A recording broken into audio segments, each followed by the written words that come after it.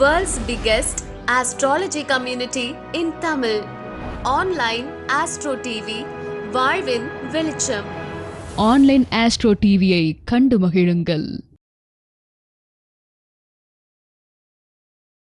நான் மட்டும் சளைத்தவர் அல்ல, அவர்களை விட நானும் மிகவும் சிறப்பாக பேசுவேன் என்று அடுத்த உரையை நிகழ்த்த தயாராக வருகை தந்துள்ள என்னருமை மாணவி திருமதி சர்வேஸ்வரி அவர்களை தர்மசாஸ்திரா ஜோதிட வித்யாலயம் சார்பாக கருணாநாதனை இயக்குவது எப்படி என்ற தலைப்பில் பேசுமாறு அன்புடன் அழைக்கின்றோம்.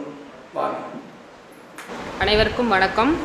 இந்த பிரபஞ்சத்திற்கும் என் குருநாதருக்கும் கோடான கோடி நன்றிகள். இப்போ எல்லாம் நம்ம ஜாதகம் எல்லாம் பார்க்குறோம், போகிறோம், ஜாதகர்கிட்ட எல்லாத்துக்கும் போகிறோம். எல்லாம் சொல்லுவாங்க, ராசிக்கு இந்த கடவுளை வணங்குங்க, நட்சத்திரத்துக்கு இந்த கடவுளை வணங்குங்க, ராசி அதிபதி, 6ஆம் அதிபதி, 8ஆம் அதிபதி, அப்படிலாம் நம்ம நிறைய சொல்லுவாங்க. என்ன பிரச்சனை, அதுக்கு எந்த கடவுள் வணங்குறது அப்படின்னு சொல்லுவாங்க. இப்போ நம்ம இப்போ நான் என்ன தலைப்பு பேச போகிறேன்னா, கர்ணநாதன். நமக்கு ஒரு கண்டம், ஒரு பிரச்சனை ஒன்று வருதுன்னா, நட்சத்திரமோ ராசி இவங்க எல்லாமே பார்ப்பாங்க. இதுக்கு மேலே ஒருத்தர் நமக்கு இருக்கார். அவர் யாருன்னா கர்ணநாதன். அவர் என்ன செய்வார் அப்படின்னா, நம்ம ஜாதகத்தில் அவர் 6ஆம் 8ஆம் அதிபதியாக இருந்தாலும் சரி, திரிசூனியத்தில் இருந்தாலும் சரி, அவரை நம்ம ஆக்டிவேஷன் பண்ணணும். எந்த சூழ்நிலையுமே நமக்கு கை கொடுக்கக்கூடிய ஒரே நாதர் யாருன்னா கர்ணநாதர் தான். எத்தனை சாமி நம்ம கும்பிட்டாலும் சரி, எது கும்பிட்டாலும் சரி, கர்ணநாதரை நீங்கள் போய் எப்போ நம்ம அவர் காலில் விழுந்துடுறோமோ அப்போயே என்ன செய்வார் அப்படின்னா, நமக்கு ஒரு உயிர் காக்கிற ஒரு பிரச்சனை வந்தால் கண்டிப்பாக அவர் நம்ம காக்கக்கூடிய ஒரே கடவுள் யாருன்னா கர்ணநாதர் தான். கர்ணனை பிடிக்கிறவங்க யாருமே கெட்டு போக வாய்ப்பே இல்லை. சரிங்களா? அதே போல் இப்போ மொத்த கர்ணம் எத்தனை இருக்குது அப்படின்னா, மொத்தம் 11 கர்ணம் இருக்குது. மொத்தம் 11 கர்ணம் இருக்குன்னா ஒவ்வொரு கர்ணம் என்ன ஏதுங்கிறத நம்ம இப்போ பார்க்கலாம். முதல் கர்ணம் பார்த்திங்கன்னா பவம், 2வது கர்ணம் பார்த்திங்கன்னா பாலவம், 3வது கர்ணம் கௌளவம், 4வது தைத்துளம், 5வது கரசை, 6வது வணிசை, 7வது பத்திரை, 8வது கர்ணம் சகுனி, 9வது சதுஸ்பாதம், 10வது நாகவம், 11 கிம்ஸ்திகினம். இப்போ இந்த 11 கர்ணம் இருக்குது. நம்ம ஜாதகத்தில் நம்ம எந்தெந்த கர்ணத்தில் பிறந்திருக்கோம், நீங்கள் எந்த இது யார்த்தையும் கேட்கவும் வேண்டாம், ஒன்றும் வேணாம். நான் இந்த இதில் சொல்லக்கூடிய விஷயங்களை ஃபாலோ பண்ணிவிட்டு அந்த வழிபாடு எடுத்துக்கிட்டு வந்தீங்கன்னாவே போதும், உங்கள் பிரச்சனை சால்வ் ஆகும். உங்களுக்கே தெரியும் லைஃப்பில் நம்ம செய்ய அந்த பிரச்சனை எப்படி தீருது அப்படிங்கிறது உங்களுக்கே தெரியும். ஒவ்வொரு கர்ணநாதன் வர அன்னைக்கு நான் சொல்லக்கூடிய அந்த கடவுள், அந்த வழிபாடு, தான தர்மங்கள் செய்யும்போது அந்த பிரச்சனை நமக்கு தானாகவே சரியாகிடும். இப்போ ஒவ்வொரு கர்ணநாதன் பிறந்தவங்க எப்படி இருப்பாங்க, அவங்க எப்படி கும்பிடணும், என்ன செய்யணும் அப்படிங்கிறத நம்ம பார்க்கலாம். சரிங்களா? முதல்ல பார்த்தீங்கன்னா பவகர்ணத்தில் பிறந்தவங்க. முதல் பவகர்ணத்தை அதிபதி யாருன்னா செவ்வாய் பகவான்.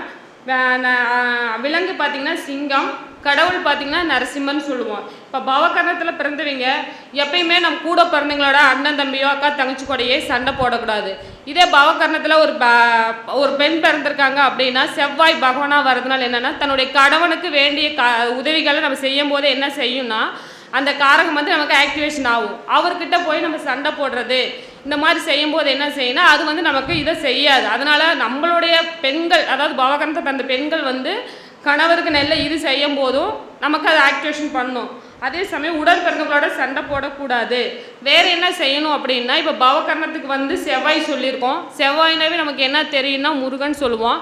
இப்போ முருகன் கோவில் எங்கேயாவது கட்டுறாங்க, கட்டுமான வேலை நடக்குது அப்படின்னா, அந்த கோவிலுக்கு நமக்கு தேவையான மணலோ செங்கலோ இதை நம்ம வாங்கி கொடுத்தோம்னா அப்போ நமக்கு என்ன செய்யும் அப்படின்னா, நம்மளுடைய அந்த கரணம் ஆக்டிவேஷன் ஆயிரும்.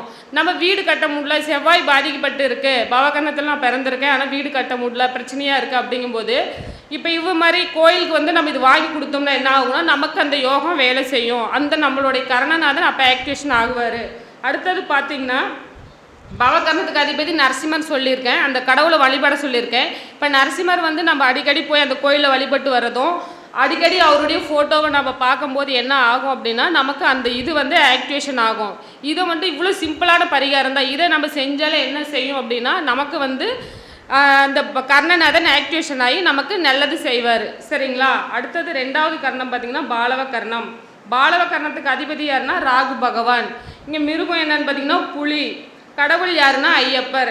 இப்போ பாலவ கர்ணத்தில் ஒருத்தர் பிறந்திருந்தாங்கன்னா, அது ராகு வந்து அங்கே அந்த கிரகம் வர்றதுனால நம்ம எப்பயுமே பாலவ கரணத்தில் பிறந்தவங்க வந்து வேற்று மதத்துக்காரங்களை வந்து நம்ம முஸ்லீம் இந்த மாதிரியெல்லாம் இருப்பாங்கள்ல, இந்த வேறு மதம் மொழி இப்படி இருக்கவங்கிட்ட வந்து எப்பயுமே வம்பு வழக்கு வச்சுக்கூடாது. அதில் முடியாது இருப்பாங்க பாருங்கள், அவங்களுக்கு வந்து நம்ம உதவிகளை செஞ்சு கொடுக்கணும். ஒரு மொழி பிரச்சனையாக இருக்குது அப்படின்னா அவங்களுக்கு ஒரு உதவி செஞ்சு கொடுக்கும்போது என்ன செய்யும் அப்படின்னா, அந்த கர்ணநாதன் எப்படி நீங்கள் எந்த இது செய்யலினாலும் அவரை போய் கும்பிடலைன்னா கூட நமக்கு தானாக ஆக்டிவேஷன் ஆவார். சரிங்களா? அடுத்தது பார்த்திங்கன்னா ராகு பகவானாக வரதுனால என்ன செய்யணும், இங்கே சர்ப்பங்களை வந்து நம்ம கொல்லக்கூடாது. சர்ப்பங்களை எப்போ கொல்லாமல் இருக்கணும். வழிபாடு சர்ப்ப வழிபாடு நம்ம எடுத்துக்கும் போது என்ன செய்யும் அப்படின்னா நமக்கு இன்னுமே மென்மேலும் வளர்ச்சியை கொடுக்கும். இந்த புற்றுக்கண்ணு இதெல்லாம் சொல்கிறல அங்கெல்லாம் போய் நம்ம வழிபாடு எடுத்துகிட்டு வந்தால் இன்னும் நமக்கு சிறப்பாக இருக்கும். இங்கே விலங்கு என்ன சொல்லியிருக்கேன்னா புலி சொல்லியிருக்கேன். புளியை போய் நம்ம அடிக்கடி நேரில் பார்க்க முடியாது. அதுக்கு என்ன ஏதோ வருடம் ஒரு முறையாவது ஜூக்கு போகிறோம் பார்க்கலாம், அந்த மாதிரி பார்க்கலாம். அதுக்கு என்ன செய்யணும், அது இப்போ புலியோட அந்த ஃபோட்டோ வந்து நம்ம அடிக்கடி பார்த்துக்கிட்டு இருந்தோம்னா நமக்கு வீட்டில் ஒரு ஃபோட்டோ ஒட்டி வச்சிட்டா கூட அடிக்கடி பார்க்கும்போது என்ன செய்யணும், அந்த கர்ணநாதன் நமக்கு ஆக்டிவேஷன் ஆகும். நமக்கு வந்து தானாகவே சக்ஸஸ் ஆகும். ராகு பகவான் கெட்டு இருந்தவங்க அது நல்லா இருந்தாலும் இன்னும் மென்மேலும் வந்து நமக்கு என்ன செய்வார், ராகு அள்ளி கொடுக்கக்கூடியவர் ராகு பகவான் தான். அதனால் ராகு நீங்கள் இந்த மாதிரி ஆக்டிவேஷன் செஞ்சாலே நமக்கு போதும். அடுத்தது பார்த்திங்கன்னா மூணாவது கரணம் பார்த்திங்கன்னா கௌளவ கரணம். கௌளவ கரணத்துக்கு அதிபதி யாருன்னா சனி பகவான். விலங்கு பார்த்திங்கன்னா இங்கே பன்றி. கடவுள் யாருன்னா வராகமூர்த்தி.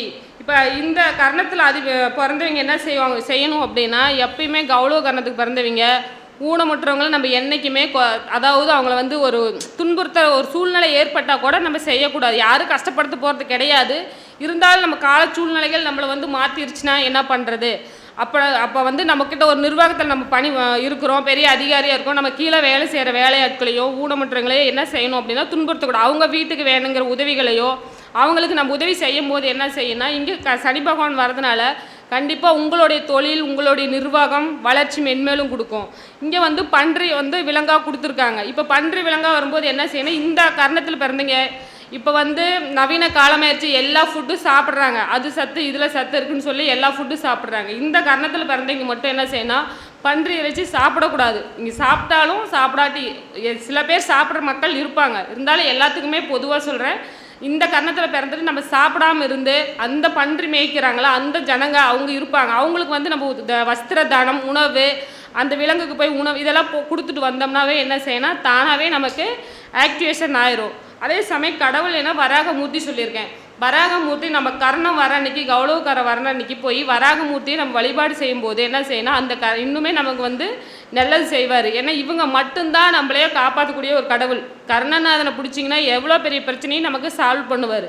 நீங்கள் போய் வழிபாடு செய்யும்போது தான் நமக்கு கண்டிப்பாக அந்த பிரச்சனைக்கு உண்டான ரிலீஃபு கிடைக்கும். அடுத்தது நாலாவது கரணம் பார்த்திங்கன்னா தைத்துல கரணம்.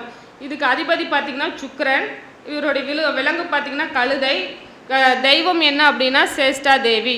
இப்போ சுக்கிரன் அப்படின்னாவே நமக்கெல்லாம் தெரியுது என்னென்னா ஆண் ஜாதத்தில் மனைவி. இப்போ சுக்கிரன் கரணத்தில் பிறந்துட்டாவே என்ன செய்யணும்னா தன்னுடைய மனைவியை யார் எந்த ஜாதத்தில் அது வீக்காக இருக்கலாம், சுக்கிரன் நீச்சமாக இருக்கலாம், 6ஆம் 8ஆம் மதி எப்படி வேணால் இருந்துட்டு போகுது. இப்போ வந்து என்ன செய்யணும், அவங்க மனைவி பிரச்சனையாக இருப்பாங்க. இப்போ வீடு வாசல் வண்டி வாங்கணும் இது எல்லாமே அவங்களுக்கு பிரச்சனையாக இருக்கும்போது நம்ம என்ன செய்யணும்னா இந்த கர்ணத்தில் பிறந்தவங்க மனைவி எப்பயுமே அவங்களுக்கு என்ன தேவை பெருசாக என்ன கேட்க போகிறாங்க, அவங்களுக்கு வேணுங்கிறத நம்ம செஞ்சு கொடுத்துட்டு மனைவி வந்து அன்பாக அதாவது கொஞ்சம் கஷ்டப்படுத்தாமல் வச்சுட்டு அவங்க நல்லா ஹாப்பியாக இருந்தாலும் என்னன்னா உங்களுக்கு சுக்கிரன் ஆக்டிவேஷன் ஆயிரும். சரிங்களா? அப்படி செய்யும்போது என்ன பண்ணால் அந்த சுக்கிரன் ஆக்டிவேஷன் ஆகி சரியாயிடும். அடுத்தது வந்து ஏழை வீட்டு பெண்கள் இருப்பாங்க. திருமணத்துக்கு வந்து நீங்கள் வந்து என்ன செய்யணும்னா புடவை தானம் கொடுக்கணும். அடுத்தது முடிஞ்சால் நம்மளுக்கு அவங்கள தாலி எடுக்க ஒரு உதவி செய்யும்போது என்னென்னா ஆண் ஜாதத்தில் திருமண தடை நிறையா பேத்துக்கு இருக்கும். சுக்கிரன் நீச்சமாகி எங்களுக்கு கல்யாணம் ஆகலை இந்த மாதிரி பிரச்சனை இருக்கவங்கெல்லாம் இந்த கர்ணத்தில் தைத்தல கர்ணத்தை பிறந்திருந்தா கண்டிப்பாக இந்த வழிபாடு செய்யும் போது உங்களுக்கு திருமணம் நடைபெற 100% வாய்ப்பு இருக்குது. அதே சமயம் கணவன் மனைவி பிரச்சனை இருக்கவங்களுக்கும் இந்த கர்ணநாதன் வழிபட்டால் கண்டிப்பாக அந்த பிரச்சனையெல்லாம் சால்வ் ஆயிரும். சரிங்களா? அடுத்தது வருடம் ஒரு முறையாவது நம்ம என்ன செய்யணும் அப்படின்னா சேஷ்டா தேவியோட ஆலயத்துக்கு சென்று வழிபட்டுட்டு வரணும். சரிங்களா? அதே சமயம் வெள்ளிக்கிழமை வந்து மகாலட்சுமி வழிபாடு செய்யணும். வீட்டில் கம்பல்சரி வெள்ளிக்கிழமை மகாலட்சுமி வழிபாடு செஞ்சுட்டு ஒரு இனிப்பு வச்சாவது கும்பிடணும். மல்லிகைப்பூ வைக்கணும் அந்த அம்மாவுக்கு வச்சு நீ கும்பிட்டு வர எந்த குடும்பத்துலேயும் கணவன் மனைவி பிரச்சனை வராது, வீடு வண்டி யோகம் தானாகவே கிடைக்கும். இதை நீங்கள் ஃபாலோ பண்ணி பாருங்கள், கண்டிப்பாக உங்களுக்கு சக்ஸஸ் ஆகும். அடுத்தது பார்த்திங்கன்னா 5வது கரணம் கரசை கரணம். இதுக்கு அதிபதி பார்த்திங்கன்னா சந்திரன். விலங்கு பார்த்தீங்கன்னா யானை. சரிங்களா? கடவுள் யாருன்னா விநாயக பெருமான். இப்போ கரசை கரணத்தில் ஒருத்தர் பிறந்துட்டு போய் அம்மாவுக்கு போய் எந்த ஒரு ஹெல்ப்பு பண்ணுறதில்ல, அம்மாவுக்கு கொண்டு போய் தாய் உறவுக்காரங்களை மதிக்காமல் இருக்கிறது, கொண்டு போய் அம்மா முதியோர் இல்லத்தில் சேர்த்துறது, இந்த மாதிரிலாம் சேர்த்தும் போது என்ன ஆகணும், சந்திரன் கூடிய காரகமான அவங்க இது எதுவுமே அவங்களுக்கு கிடைக்காது. மனநிலை பாதிக்கப்படும். அப்புறம் என்னென்ன தாயோட அன்பு அவங்களுக்கு கிடைக்காது. இந்த மாதிரி சந்திரன் கரணத்தில் பிறந்தவங்க வந்து என்றைக்குமே தாயை வந்து மதிக்கணும். அடுத்தது தாய் உறவு அப்படிங்கிறதுலையோ தாயை நம்ம யாரை நினச்சாலும் சரி அவங்களுக்கு உதவி செய்யணும். அடுத்தவங்க மனசு பாதிக்கப்படுற அளவுக்கு ஒரு வார்த்தையை பேசக்கூடாது. அதே சமயம் மனநிலை பாதிக்கப்பட்டவர்களுக்கு போய் நம்ம ஹெல்ப் பண்ணணும். ஹெல்ப் பண்ணும்போது என்ன செய்யணும், அந்த சந்திரன் தானாகவே நமக்கு ஆக்டிவேஷன் ஆவார். அடுத்தது பார்த்திங்கன்னா சந்திரன் இந்த நமக்கு வரதுக்கிற கர்ணநாதனை வரும்போது எப்பயுமே இதுதான் கொடுக்கணும் அப்படின்லாம் கிடையாது. உணவு, தண்ணி, தானம் இது வந்து எப்பயுமே நம்ம கொடுத்துக்கிட்டே வரும்போது என்ன ஆகுனா அந்த சந்திரன் ஆக்டிவேஷன் நம்ம ஜாதகத்தில் சந்திரன் எந்த பாவத்தில் இருக்காரோ அந்த கட்டம் வந்து நமக்கு ஆக்டிவேஷன் ஆயிரும். அந்த வேலையை தானாகவே நம்மளுக்கு நடக்கும். இத்தனை நாள் நமக்கு கிடைக்கல, இப்போ என்ன புதுசாக நடக்குது அப்படின்னா இதெல்லாம் நீங்கள் செய்யும்போது தானாக நம்ம ஜாதகத்தில் சந்திரன் வந்து எந்த பாவத்தில் இருக்காரோ அந்த பாவம் ஆக்டிவேஷன் ஆகி அதுக்கு உண்டான வேலையை நமக்கு செய்து கொடுப்பாரு.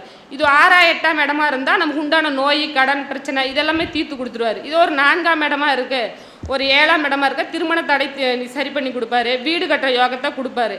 இதை நீங்களாம் கடைப்பிடிச்சிட்டு வாங்க, உங்களுக்கே தெரியும். அடுத்தது பார்த்திங்கன்னா 6வது கரணம். 6வது கரணம் பார்த்திங்கன்னா வணிசை கரணம். வணிசை கரணத்துக்கு அதிபதி யாருன்னா சூரிய பகவான். விலங்கு பார்த்திங்கன்னா காளை. அது கடவுள் பார்த்திங்கன்னா நந்தி தேவர். இப்போ வணிசை கரணத்தில் பிறந்தவங்க எப்பயுமே என்ன செய்யணும்னா அப்பாவை மதிக்காமல் போகவே கூடாது. ஏன்னா சூரியன் தான் நமக்கு எல்லாமே, உயிர் மூச்சு எல்லாமே. இந்த கரணத்தில் பிறந்தவங்க எப்படி நம்ம தூங்கி எழுந்ததும் முதல்ல சூரிய நமஸ்காரம். சூரிய நமஸ்காரம் பண்ணிட்டாலே என்ன செய்யும் அப்படின்னா நமக்கு உண்டான அந்த பிரச்சனை எங்கே போனாலும் எந்த பிரச்சனை, ஒரு பதவி ப்ராப்ளமாக இருக்குது. இப்போ சூரியன் இப்போ வந்து வணிசை கரணத்தில் ஒருத்தர் பிறந்துட்டாங்கன்னா அவங்களுக்கு வந்து இந்த சூரியன் ஜாதத்தில் நல்லா இருந்தால் கம்பல்சரி அவங்களுக்கு உயர் பதவி கிடைக்க வாய்ப்பு. இன்னும் இருக்கிற பதவி கவர்மெண்ட் ஜாப்பு, அரசு துறையிலலாம் போகிறதுக்கு என்ன செய்யும் அப்படின்னா இந்த வணிசை கரணத்தில் பிறந்தவரை கண்டிப்பாக வேலை கிடைக்கும்.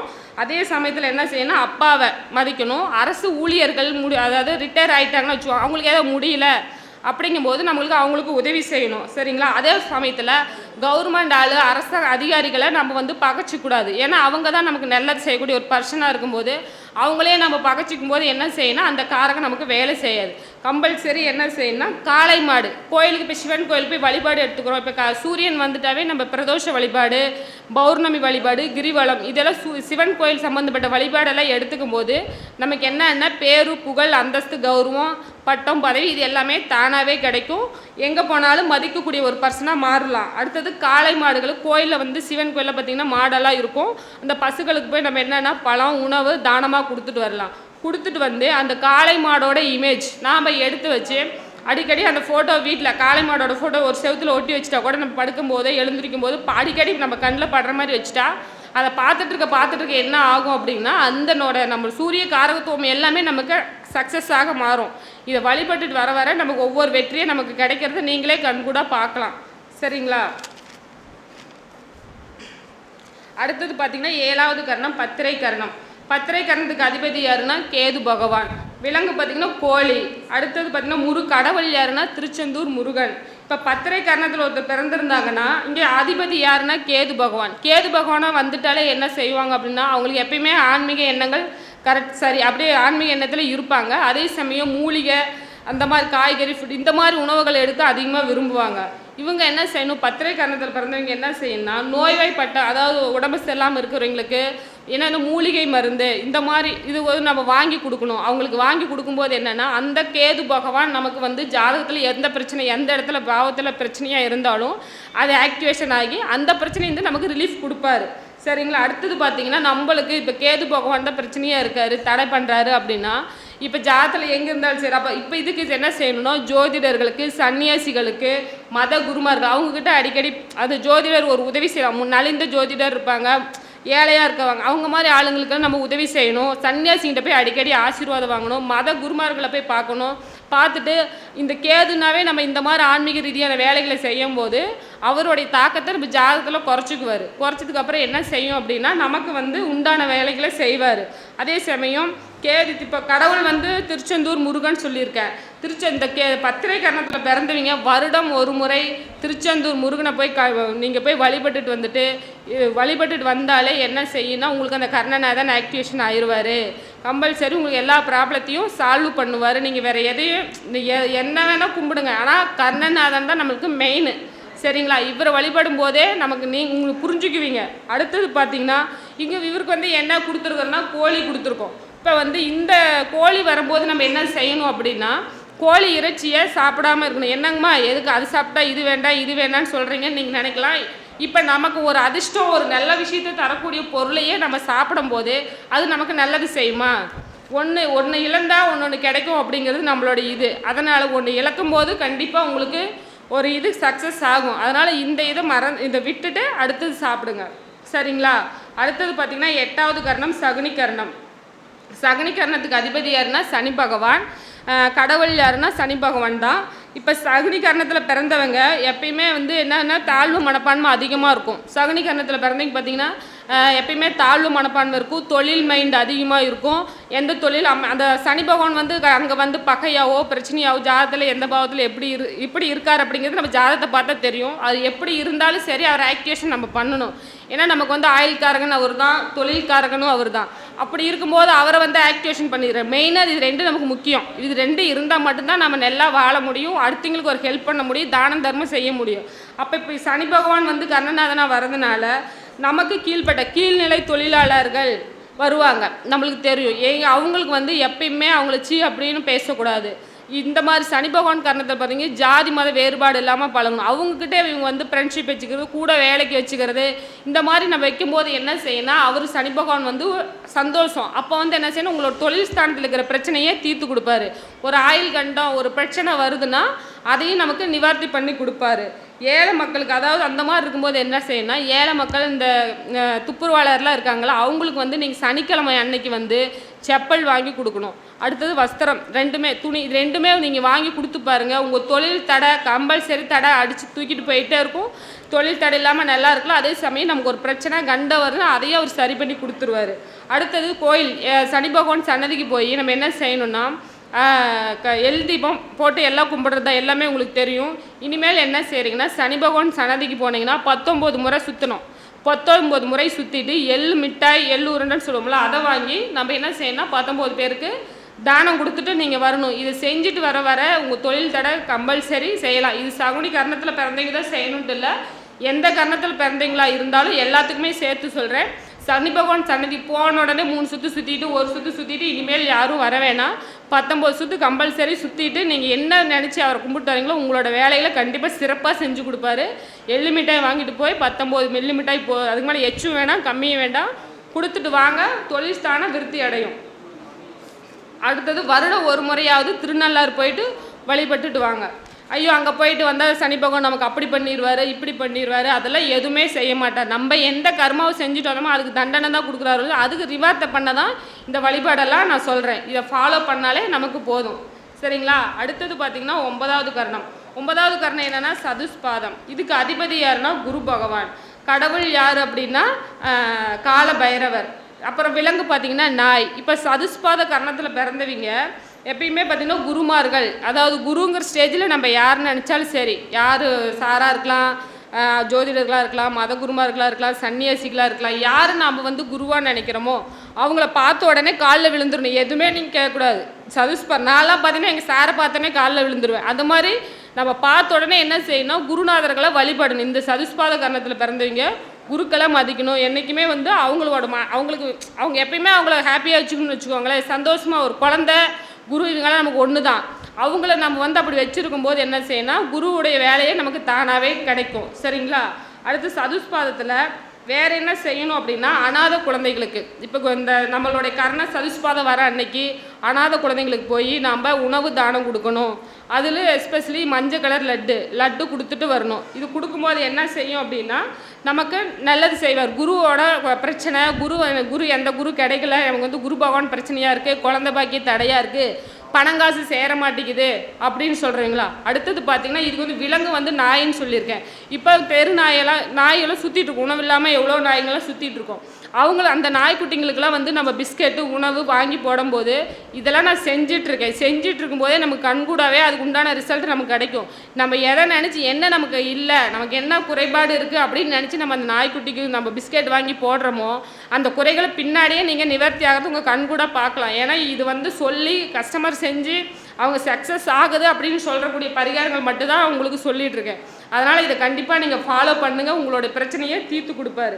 அடுத்தது கடவுள் கால பைரவர்னு சொல்லியிருக்கேன். அங்கேயும் யார் இருக்காருன்னா நாய்க்குட்டி தான் இருக்குது. இப்போ கால பைரவரோட நாய்க்குட்டி போய் தேய்பிறை, அதாவது தேய்பிறை அஷ்டமி அன்னைக்கு நீங்கள் போய் கால பைரவரை உங்களுக்கு என்ன பிரச்சனை தேயக்கூடிய ஒவ்வொரு பிரச்சனையும், கடன் பிரச்சனையாக இருக்கலாம், தீராத நோயாக இருக்கலாம், திருமண தடை அது இருக்கலாம், இது எந்த பிரச்சனையாக இருந்தாலும் சரி தேய்பிறை அஷ்டமி அன்னைக்கு மட்டும் உங்களுக்கு எவ்வளோ வேலை இருக்கலாம் அந்த வேலையில் ஒரு நாள் மட்டும் அதை ஒதுக்கிட்டு நீங்கள் போய் கால பைரவருக்கு என்ன வழிபாடு நம்ம செய்கிறோமோ நீங்கள் செஞ்சு வழிபட்டு வந்தீங்கன்னா அந்த பிரச்சனை படிப்படியாக குறையது உங்கள் கண்கூட நீங்கள் பார்க்கலாம்.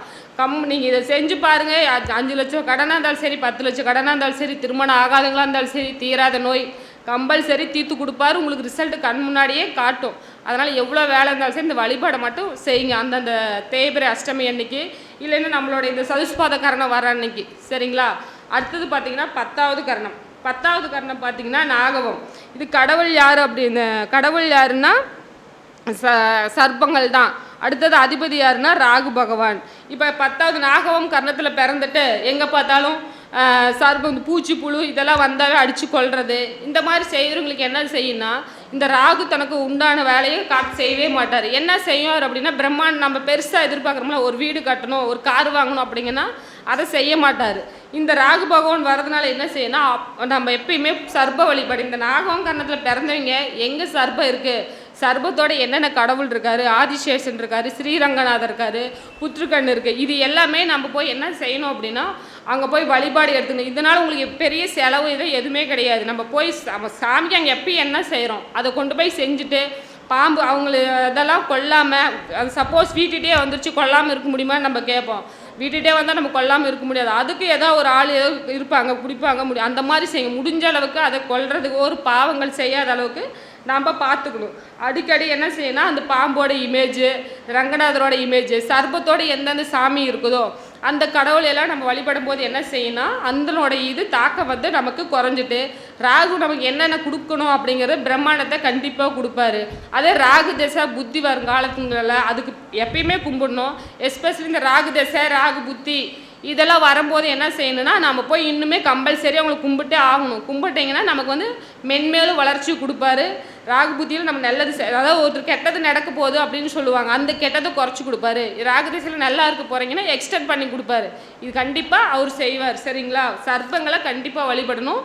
ஸ்ரீரங்கத்துக்கு வருடம் ஒரு முறையாவது நீங்கள் போயிட்டு வரணும். அடுத்தது 11வது கர்ணம் கிம்ஸ்திகணம். இந்த கிம்ஸ்திகணம் அதிபதி யார், இந்த கர்ணத்தில் அதிபதி யாருன்னா புதன் பகவான். விலங்கு இது பார்த்தீங்கன்னா புழு. அப்புறம் இந்த கடவுள் யாருன்னா தன்வந்திரி. இப்போ இந்த கிம்ஸ்திகண கர்ணத்தில் பிறந்தவங்க எப்பயுமே பார்த்தீங்கன்னா புத்திசாலித்தனம் அதிகமாக இருக்கும். அது ஜாதகத்தில் வந்து புதன் நீச்சமாக இருந்தாலும் சரி, உச்சமாக இருந்தாலும் சரி. ஏன்னா இந்த கர்ணத்தில் பிறக்கும்போது என்ன செய்யணும், உச்சமாக இருந்தால் அதிபுத்திசாலியாக இருப்பாங்க, நீச்சமாக இருந்தால் மறதித்தன்மை அதிகமாக கொடுக்கும். இவங்க என்ன செய்யணும், அதிபுத்திசாலித்தனமாக இருந்தால் நம்ம இன்னும் ஆக்டிவேஷன் பண்ணிக்கலாம். ஒரு நமக்கு மறதித்தன்மையாக இருக்குது, குழந்தைங்க நல்லா படிக்க மாட்டேங்கிறாங்க, அந்த மாதிரி சூழ்நிலை இருக்கும்போது என்ன செய்யணும் அப்படின்னா கிம்ஸ்திகண இந்த கர்ணத்தில் பிறந்தவங்க படிக்கிற ஏழை குழந்தைங்களுக்கு வந்து புக்கு, பேனா, நோட்டு, பென்சில் இந்த மாதிரி நம்ம வாங்கி கொடுக்கலாம். அதே சமயம் என்ன அப்படின்னா இந்த அதாவது புழு பூச்சி எல்லாம் இருக்கும்ல, அதுக்கு போய் ஆற்றுலலாம் நிறைய புழு பூச்சிலாம் இருக்கும். அங்கே போய் நம்ம பொறி உணவு ஏதாவது ஒன்று போட்டுட்டு அந்த புதன்கிழமை அன்னைக்கு போய் இந்த மாதிரி எந்த குழந்தைங்களுக்கு இந்த படிப்பறிவு கம்மியாக இருக்குது, மெமரி பவர் கம்மியாக இருக்குது, நல்லா படிக்க மாட்டேங்கிறாங்க, அந்த மாதிரி இருக்கிற குழந்தைங்களுக்கு வந்து என்ன செய்யணும், கொண்டு போய் அவங்க கையால் ஆற்றுலையோ குளத்துலையோ போட சொல்லியோ அந்த உணவை அந்த புழுவெல்லாம் எடுத்து சாப்பிடும்போது என்ன செய்யணும், நமக்கு வந்து உண்டான அந்த இதை வந்து புதனுக்கு உண்டான காரகத்தை தூண்டி கொடுக்கும். சரிங்களா? அந்த மாதிரி செஞ்சால் கண்டிப்பாக என்ன ஆகும்னா நல்லது பண்ணும். அடுத்தது இங்கே வந்து தன்வந்திரின்னு சொல்லியிருக்கேன். இப்போ தன்வந்திரினா வந்து நம்ம போய் அந்த நம்மளுடைய கரணம் இந்த கிம்ஸ்திகணம் வர அன்னைக்கு போய் தன்வந்திரி வழிபாடு,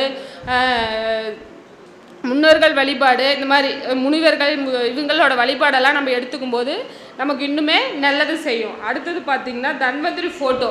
அந்த ஃபோட்டோ வந்து வீட்டில் வச்சு கும்பிடலாம். இல்லைன்னா நம்ம அடிக்கடி பார்க்குற மாதிரி நம்ம செல்லில் மொபைலில் வச்சுக்கிட்டு அடிக்கடி அதை பார்த்துட்டு வரும்போது என்ன செய்யணும், நமக்கு வந்து இந்த புதனால் என்ன நமக்கு கிடைக்கும், நம்ம காரக ஜாதகத்தில் என்ன புதன் என்ன கொடுப்பாரு, எந்த இடத்துல இருக்காரோ அந்த காரகம் கண்டிப்பாக வேலை செய்யும். தன்வந்திரியை மாத்திராதீங்க, ஸ்ரீ ரங்கநாதரை வழிபடுங்க. புதன்கிழமை கம்பல்சரி வழிபடணும். சரிங்களா? இந்த வாய்ப்பளித்த எனக்கு குருநாதருக்கு நன்றிகள். கர்ணநாதன் பொறுத்தவரையிலும் பார்த்திங்க அப்படின்னா, கர்ணநாதன் அப்படின்னா உடல் பாதுகாவலன் அப்படின்றது தான் அதோடைய ஒரிஜினல் மீனிங். ஓகேங்களா? அப்போ ஒரு உடலை பாதுகாக்கிறதுக்கு நம்ம என்ன பண்ணுறோம் அப்படின்னா, ஆடை தினசரி நம்ம போட்டுக்கிறோம் இல்லையா, அந்த மாதிரி கர்ணநாதனை வந்து யார் ஒருவர் முழுமையாக ஏற்றுக்கொள்கிறார்களோ பயன்படுத்துகிறார்களோ அவர்கள் வந்து வாழ்வில் வந்து மிகப்பெரிய அளவில் ஒரு வெற்றியை பெற முடியும். ஓகேங்களா? அப்போ நம்ம என்ன பண்ணலாம் அப்படின்னா, ஒரு சின்ன ஒரு துணுக்கும்பாங்க இல்லையா, அந்த மாதிரி இது நீங்களாம் என்ன பண்ணலாம் அப்படின்னா, உங்களுடைய கர்ணநாதனுக்கு உண்டான கலர் இருக்கு இல்லையா, அந்த நிறங்களை அதிகமாக பயன்படுத்துங்கள். உங்களுடைய ஆடைகளில் வந்து நீங்கள் அந்த நிறங்களை பயன்படுத்துனீங்கன்னா இன்னும் அதிகப்படியான வெற்றிகளை பெற முடியும். ஓகேங்களா? மிக சிறப்பாக கர்ணநாதனுடைய சூட்சமங்களை அள்ளி தெளித்த எனது அருமை மாணவி திருமதி சர்வேஸ்வரி அவர்களுக்கு பொன்னாடை போற்றி சிறப்பு கௌரவம் செய்யப்படுகிறது. அனைவரும் கைத்தட்டி பாராட்டுமாறு அன்புடன் கேட்டுக்கொள்கிறோம்.